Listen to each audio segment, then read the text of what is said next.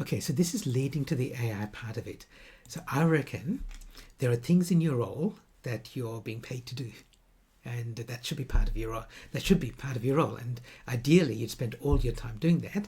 But there are other things that are getting in the way. Now, if they're related to what you should be doing anyway, but it's another part of your role, that's fine. That's fine.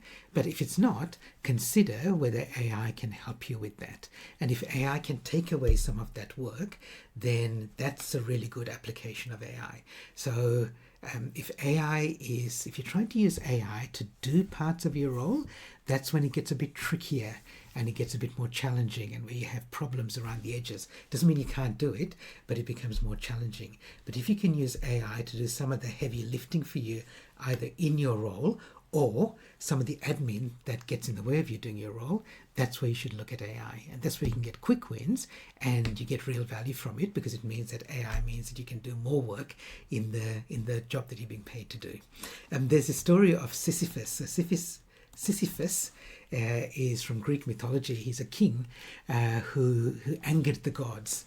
So what they got him to do, they called this eternal punishment, was he was given this job of pushing this rock up a hill, but when he got to the top, magically it would just roll back down the hill, and he had to go back down the bottom, and he had to roll the rock up the hill again. And then when he got to the top, it would roll down. He gets to the bottom, push the rock up the hill, and then it rolls back down.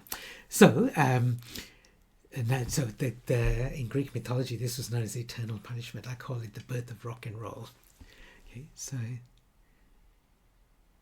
I'm just waiting for the smiley emojis. I said you can use your emojis as we go, right?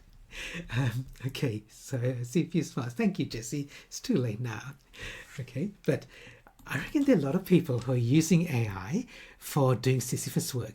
Right, so if you use AI to help you draft email replies, which is quite a good use of AI, and the only result of that is that it means that you've got more email to process, right, then that's kind of like a Sisyphus job. Right? So you're using AI to be more efficient, but it just helps you get more value. It means you're spending more time on that low value task. What you want to do is find ways that you can use AI for efficiency